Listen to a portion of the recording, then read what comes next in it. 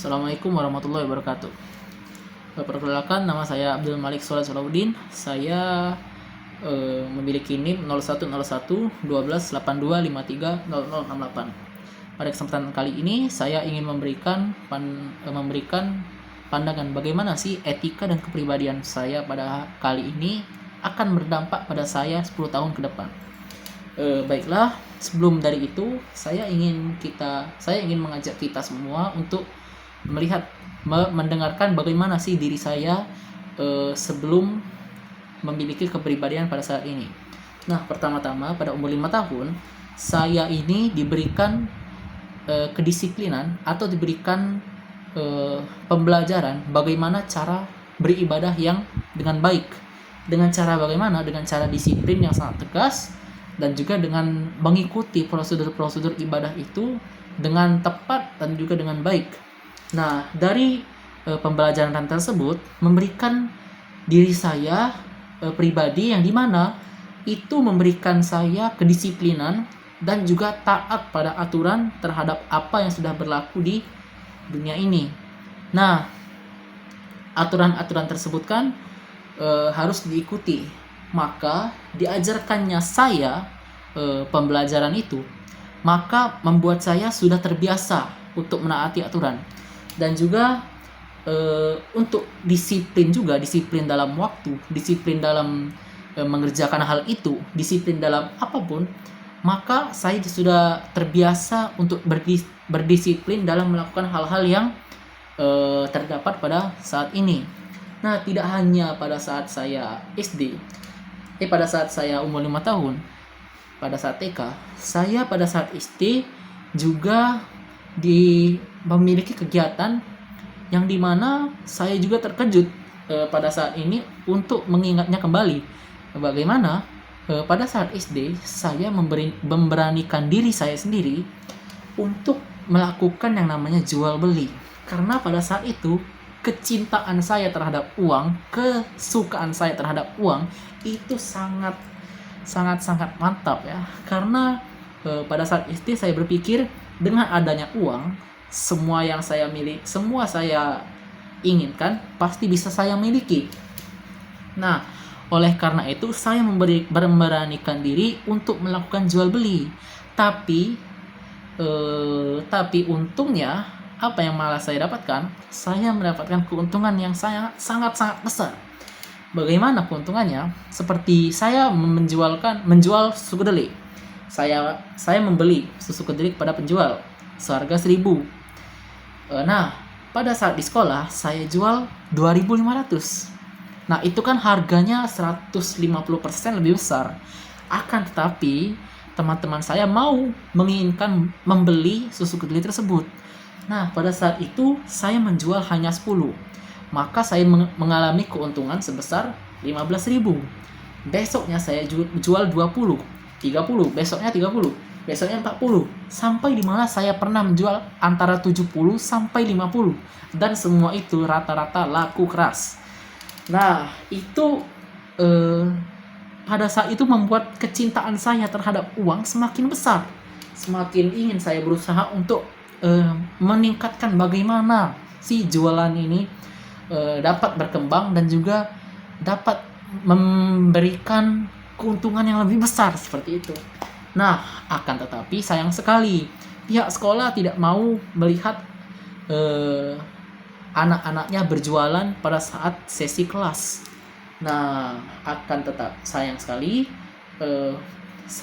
lisensi saya untuk berjual beli dicabut oleh pihak sekolah karena dianggap saya ini berjualan pada saat pelajaran dimulai. Hasil, jika saya ingin berjualan kembali, maka saya akan alokasikan jualan itu kepada pihak koperasi atau pihak kantin yang terlibat, yang memungkinkan untuk jualan bersama saya atau bersama anak didik sekolah itu. Akan tetapi saya tidak menerima hal itu, maka saya memutuskan untuk berhenti berjualan dan fokus untuk belajar. Nah, dari sini apa yang saya dapatkan? Bahwa saya mendapatkan kepribadian di mana saya ini cinta uang. cinta uang ini bukan berarti dalam hal yang buruk, melainkan dalam hal yang dimana saya ingin berusaha bagaimana untuk menghasilkan uang, tapi dengan cara diri saya sendiri. Memang pada zaman itu, pada zaman saya SD, memang mencari uang itu sangat mudah dalam bahasa kasarnya. Nah, akan tetapi dari saya memulai jualan itu, saya sudah tahu, oh bagaimana cara menjual ini, oh bagaimana cara menjual itu, oh bagaimana keinginan pelanggan, oh bagaimana pelanggan yang menginginkan barang saya, seperti itu. Nah, saya mulai mengetahui bagaimana dasar-dasar dari jual beli tersebut, mulai dari awal, mulai dari itu, mulai dari ini. Nah, semenjak SD itu pula lanjut pada masa saya saat SMP, saya melakukan jual beli juga. Tidak hanya jual beli, namun saya melakukan utang dagang, yang dimana pada saat saya membawa barang-barang dari rumah, saya jual untuk keuntungan pribadi saya. Saya jual tidak hanya keuntungan, saya melakukan hutang atau utang juga untuk sekedar membantu teman, atau juga membantu diri saya sendiri untuk membeli barang yang belum saya dapatkan pada saat itu. Nah, dari situ saya dapat mempelajari bagaimana cara hutang itu bekerja, bagaimana cara menulis nota, bagaimana cara mencatat, bagaimana cara pembuktian utang tersebut. Utang di sini yang saya maksud ini utang yang masih biasa, masih antara penjual satu, penjual dua, pembeli dua, seperti itu. Nah, dari SD, SMP, SMA juga memberikan saya menjadikan saya ketua kelas, yang dimana ketua kelas di sini seperti itulah, diminta untuk melakukan ini, melakukan itu, diminta untuk membawa ini, membawa itu. Akan tetapi SMA ini memberikan saya banyak sekali cobaan-cobaan, yang dimana disuruh menghadapi manusia.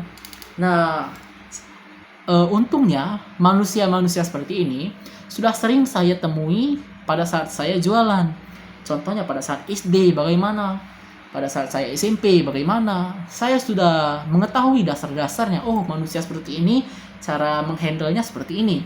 Oh, orangnya seperti ini, cara menghandle-nya seperti ini. Nah, jadi ketika saya diberikan cobaan-cobaan terhadap manusia, atau juga cobaan manusia mencobai diri saya, maksudnya mencobai cara saya melakukan menghandle ini, menghandle itu. Nah, saya sudah bisa melihat hal-hal dasar dalam menghandle tersebut. Nah, jadi dari SMA saya mendapatkan dasar bagaimana cara melihat situasi dan juga cara menangani situasi tersebut. Nah, tentu saja pada saat kuliah.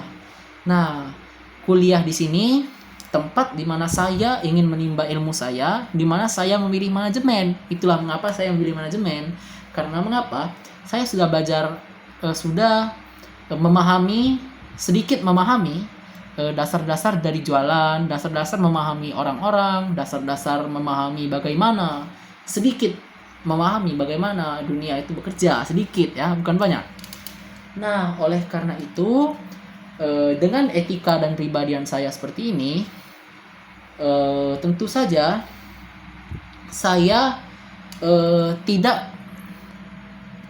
melakukan yang namanya saya mengingat kata orang, yang dimana dia itu berbicara bahwa jika kamu ingin diperlakukan baik, maka perlakukan orang lain baik. Jika kamu memperlakukan orang lain buruk, maka perlakukanlah orang lain buruk. Seperti itu ya. Nah, jadi ya saya memperlakukan orang-orang dengan cara-cara yang baik, karena saya tidak mau diperlakukan dengan cara yang buruk.